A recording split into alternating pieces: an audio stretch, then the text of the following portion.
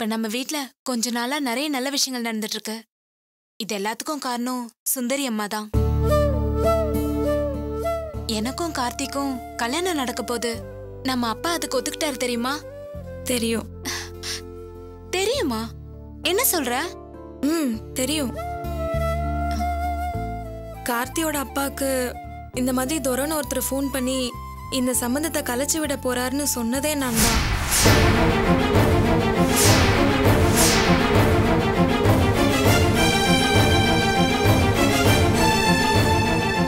கவலைப்படாத தேனு, உனக்கும் கார்த்திக்கும் நல்லபடியா கல்யாணம் நடக்கும்.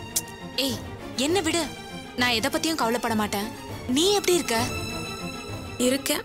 இல்ல, நீ பேசுறதெல்லாம் பார்த்தா அப்படி தோணல. நிஜமா சொல்லு, நீ எப்படி இருக்க? ஏன் இருக்கன்னு கேளு. தேனு, இங்க இருக்கவங்க எல்லாம் மனுஷங்களே இல்ல தெரியுமா? எல்லாம் ஃப்ராடுங்க. நல்லவங்க மாதிரி நடிச்சு என்னை ஏமாத்தி இந்த வீட்டுக்குள்ள கொண்டு வந்துட்டாங்க.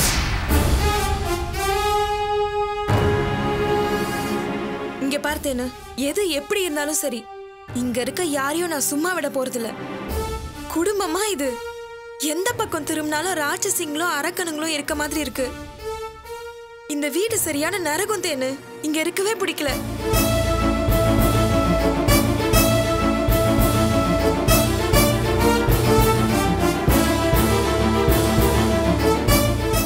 சரி, நீ போனை வைத்தேன்னு, நான் அப்புறமா கால் பண்றேன்.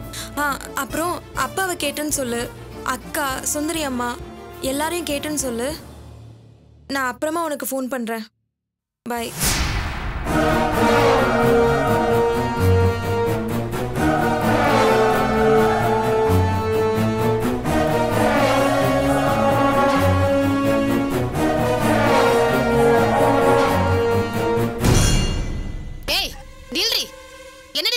மனசுல ஏன் என் புள்ள அப்பவே சொன்னாண்டி, நீ மோசமானவ, உன்னை நம்ப கூடாதுன்னு சொல்லிட்டு. யாரு? நான் மோசமானவளா? வழி விடுங்க. ஏய், ரொம்ப திமிரு ஏறிடுச்சுடி உனக்கு. சஞ்சய் கிட்ட சொன்னா என்ன ஆகும் தெரியும்ல? ஏய்,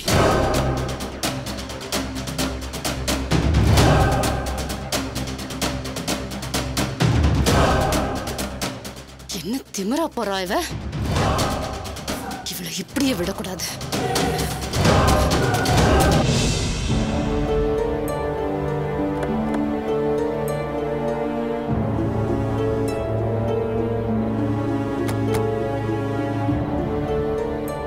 அண்ணே, என்னண்ணே நீங்க சொன்னா பார்ட்டி ஹோட்டலுக்கே வந்துட போறான். இல்ல டீசெண்டா உங்க வீட்டுல வச்சே பேசிருக்கலாம். இப்படி நடு ரோட்ல வந்து நின்னுட்டு இருக்கீங்களே. ஜோதி, கொஞ்சம் அமைதியாரு. வர வர நீங்க எனக்கு தெரியாம நிறைய வேலை பண்றீங்கண்ணே. ஆனா இதெல்லாம் நல்லதுக்கு இல்லண்ணே. சும்மா இரு ஜோதி. போங்கண்ணே, உங்க மேல வச்ச நம்பிக்கையெல்லாம் கொஞ்சம் கொஞ்சமா போயிட்டே இருக்குல்ல. அப்புறம் இதுக்கு என் கூட இருக்க, நீயும் போக வேண்டியதானே? அப்படிலாம் எப்படிண்ணே விட்டுட்டு போக முடியும்? நீங்க தப்பு பண்ணீங்கன்னா அதை எடுத்து சொல்ல வேண்டியதானே என்னோட வேலை. சும்மாரு, அவங்க வந்துட்டாங்க.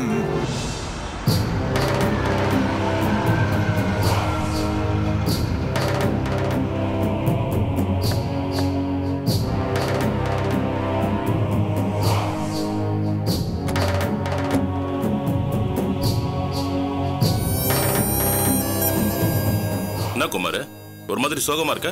ஏதாவது பிரச்சனையா? பிரச்சனை எல்லாம் ஒண்ணு இல்ல. முதல்ல விஷயத்தை சொல்லுங்க. நாப்பா, உனக்கு கிளிப்பிள்ளிக்கு சொல்ற மாதிரி படிச்சு படிச்சு சொல்லிட்டல, இப்ப திரும்பியும் கேக்குற? நான் உங்க அம்மாவை முதியோர் இல்லத்தை கூட்டு வர மாதிரி கூட்டு வரேன். அதோட என் வேலை முடிஞ்சது. அதுக்கப்புறம் உங்க பொறுப்பு. இதுக்கு தானே இந்த வேலையை உங்ககிட்ட கொடுத்தது. குமார்னா சும்மாவா? டைனோசர் குமார்ல ஜகஜால கில்லாடியாச்சே.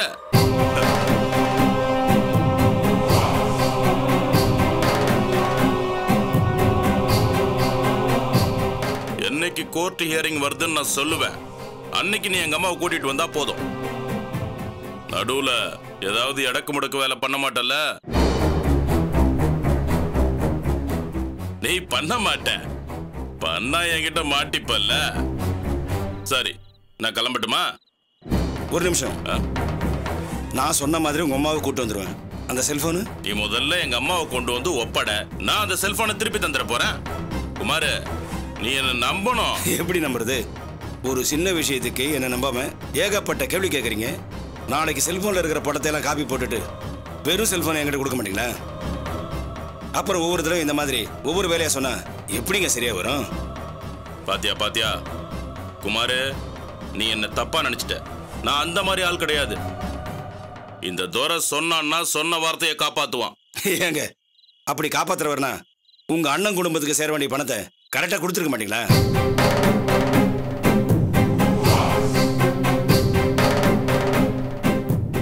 தப்பா நினைச்சுக்காதீங்க, நல்லா யோசனை பண்ணி பாருங்க.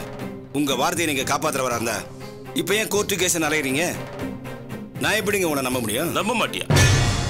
நீ என்ன நம்ப மாட்ட, என்ன நம்பித்தான் ஆகணும். வீணா வீம்பு பேசுன, அதுல எந்த அர்த்தமும் கிடையாது. இல்லைங்க, எனக்கு நம்பிக்கை இல்லை. நீங்க உத்தரவாதம் கொடுத்தா தான் என்னால உங்க அம்மாவை கூட்டு வர முடியும்.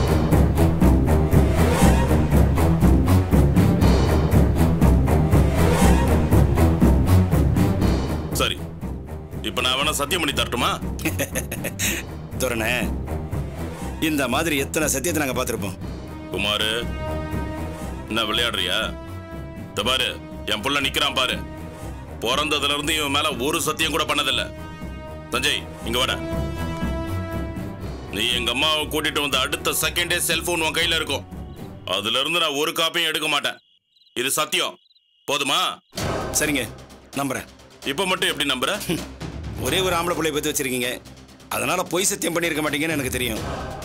அதையும் மீறி நீங்க பொய் சத்தியம் பண்ணியிருந்தா அது உங்களோட. பரவாயில்ல, நான் உங்க அம்மாவை கூட்டு வரேன். முதல்ல வேலையை முடிச்சுட்டு செல்போனை வாங்கிட்டு போயிட்டே இரு.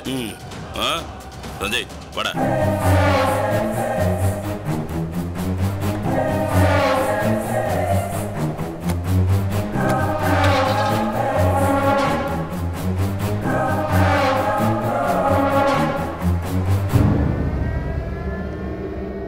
ஜோதி, வண்டி எடு. எடுன்னு சொல்றல.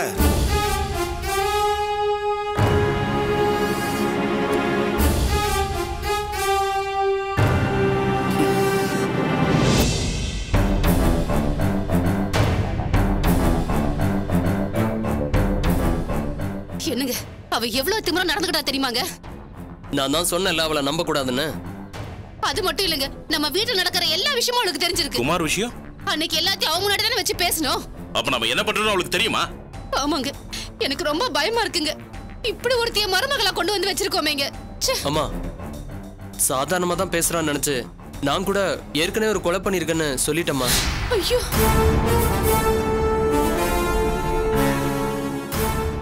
என்னங்க இவன்?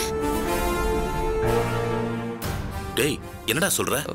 ஆமாப்பா, அவளை பயமுறுத்தணுங்கிறதுக்காக ஒரு கொலையை பண்ணிருக்கேன்னு சொல்லி தொலைச்சிட்டேன்.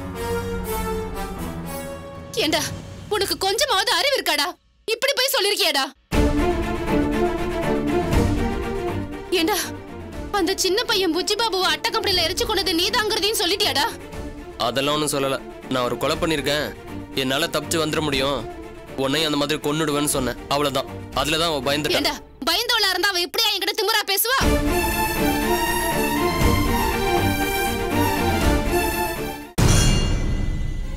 டேய், குமார் லஞ்சம் வாங்கினது செல்போன்ல இருக்கே, அது எந்த செல்போன் கவிதாக்கு தெரியுமா? செல்போனை பத்தி பேசுனது தெரியும், ஆனா அது எந்த செல்போன்ல இருக்குன்னு தெரியாதுப்பா. டேய், அது போதும் விடுறா. அவ எங்க வேணா போட்டு என்ன வேணா சொல்லட்டும், பாத்துக்கலாம். ஐயோ, என்னங்க இவன்? இவன் பாட்டுக்கு கொலை கில அது இதுன்னு பேசி வச்சிருக்கா அவகிட்ட. அந்த கேஸ் முடிஞ்சு சஞ்சயும் வெளியே வந்தாச்சு. இதையும் தாண்டி ஏதாவது பிரச்சனை வந்தா அதை எப்படி சமாளிக்கணும்னு எனக்கு தெரியும். அதை விடுங்கப்பா, இப்போ அவளை என்ன பண்ணலாம்? டேய், நீ 2-3 நாளைக்கு அமைதியாடுறா. முதல்ல அத சொல்லுங்க இவன் கிட்ட. இவன் எதுக்கு எடுத்தாலும் தாட்டு புடுன்னு குதிக்கிறாங்க. அதுதாங்க எனக்கு இன்னும் பயமா இருக்கு. பாரு, முதல்ல பயப்படுறத நீ நிறுத்து. கவிதாவை கூப்பிட்டு வார்ன் பண்ணலாம். அதையும் மீறி அவ பண்ணானா என்ன பண்ணலாம்னு யோசிக்கலாம். நீ போ, அவளை கீழே கூட்டிட்டு வா.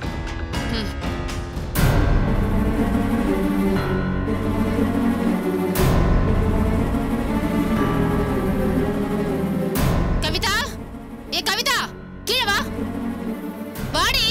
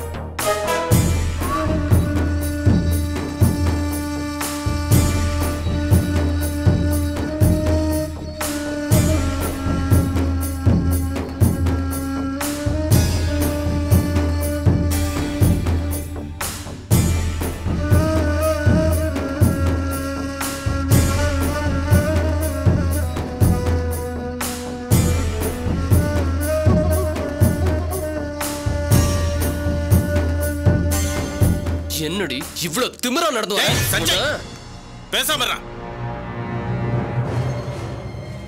ஏமா உன்னை நல்லா தானே பாத்துக்கிறோம். உனக்கு பிடிச்சதெல்லாம் வாங்கி தரோம்ல. நீ எப்படி இருக்கணும்னு நினைக்கிறியோ அப்படிதானே பாத்துக்கிறோம். பின்ன ஏன் எங்களை எதிரியா பாக்குற?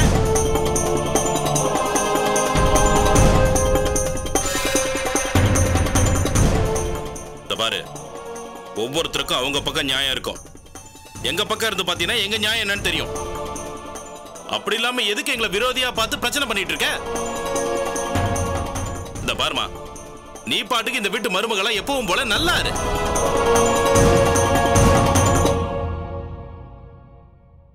எப்படி இதுக்கப்புறமுமா?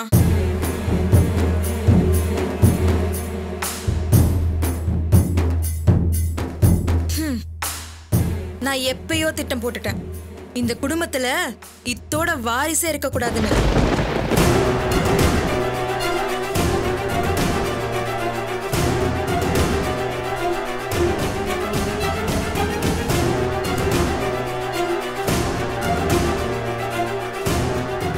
உங்க பையன் தான் கடைசி வாரிசு.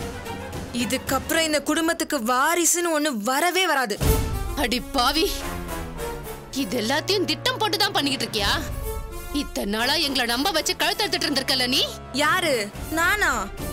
அப்போ நீங்க சுந்தரி அம்மாக்கு பண்ணீங்களே, அதுக்கு பேர் என்ன?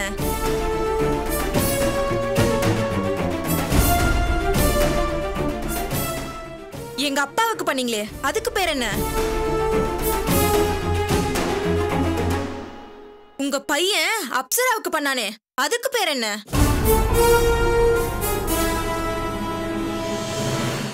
இதுக்கு பேரெல்லாம் நம்ப வச்சு கழுத்து இருக்கிறது இல்லையா? ஏய், உன்னை அந்த வீட்டுக்குள்ள விட்டம் பாருடி. அதான் நான் பண்ண பெரிய தப்பு. இப்பயாச்சும் புரிஞ்சுச்சே. ஆனா சஞ்சய், நீ எல்லாத்துலயும் ரொம்ப லேட்டு. ஏய், என் கோவத்தை கலர்ன அப்படியே கொண்டு போட்டுருவண்டி. எப்படி? ஏற்கனவே நீ ஒரு கொலை பண்ணியே, அந்த மாதிரி இல்ல?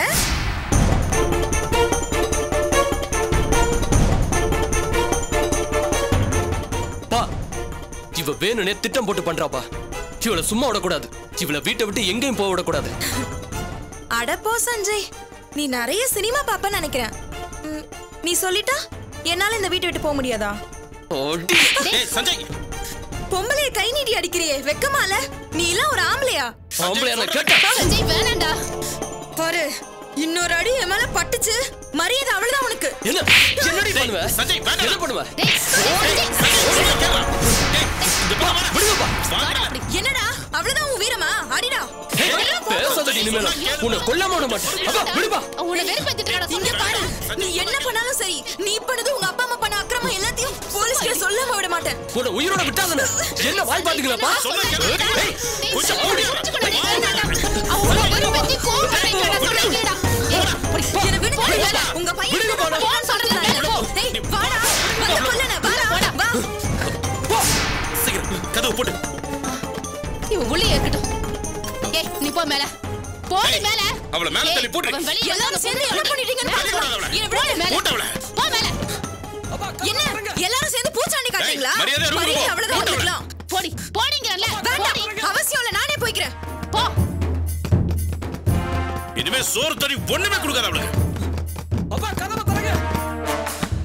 அம்மா அம்மா கதவை தரங்கம்மா. அப்பா அப்பா கதவை தரங்க. அம்மா பஸ்தா சத்தம் வெளியே கேட்க போது போய் கதவு போட்டு. அப்பா போ.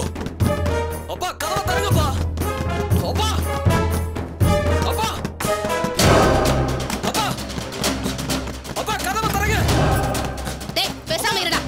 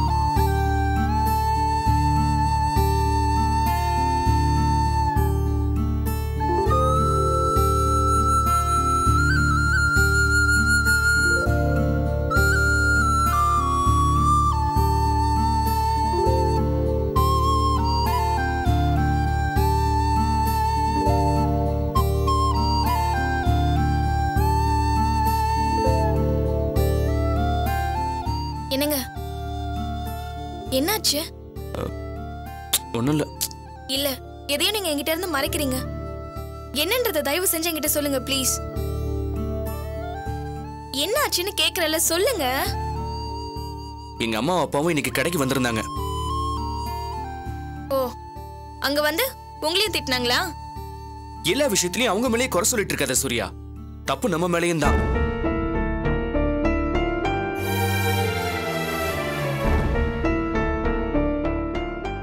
சாரிங்க, என்ன நடந்ததுன்னு கேட்காம அவங்க தான் தப்பு பண்ணிருப்பாங்க நான் சொல்லிருக்க கூடாது.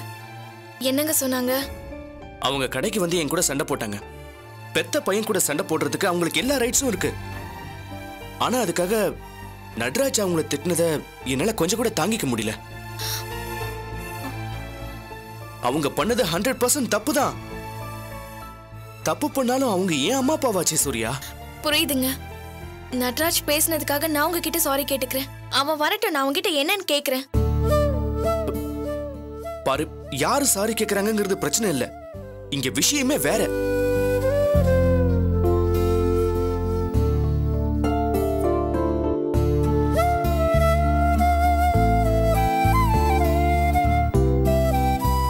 நான் உங்ககிட்ட ஒண்ணு கேட்டா கோச்சுக்க மாட்டியே? ஐயோ, என்னங்க நீங்க நீங்க இப்படி கேக்குறதா எனக்கு கஷ்டமா இருக்கு. எதுவா இருந்தாலும் நீங்க கேளுங்க, நான் எதுவும் தப்பா நினைக்க மாட்டேன். ஷாலினி யாரையோ லவ் பண்றான்னு நீ சொன்னியா? சூர்யா, ஒன்னதான் கேக்குறேன், சொல்லு சூர்யா. அப்படி ஏதாவது சொன்னியா? ஆமா. ஏய், என்னது இது? இது தெரியாம அவங்க கிட்ட போய் சண்டை போட்டிருக்கேன். சூர்யா அப்படிலாம் சொல்லிருக்க மாட்டா.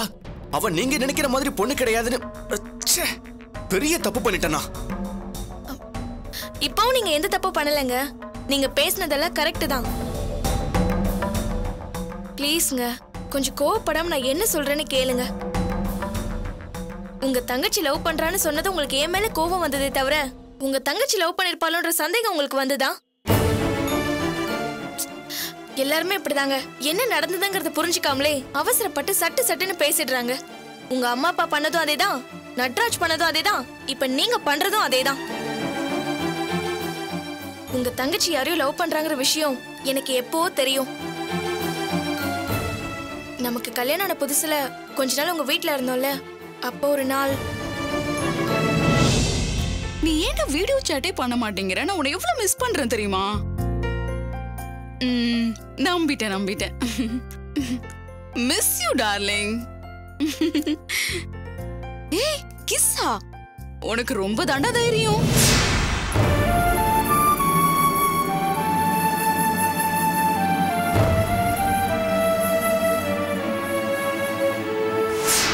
நம்ம லவ் பண்ற மேட்ரு வீட்டுக்கே தெரியாது. அதுலயும் என் அண்ணனோட ஃப்ரெண்டு சிவாவையே லவ் பண்றேன்னு தெரிஞ்சா அவ்வளவுதான்.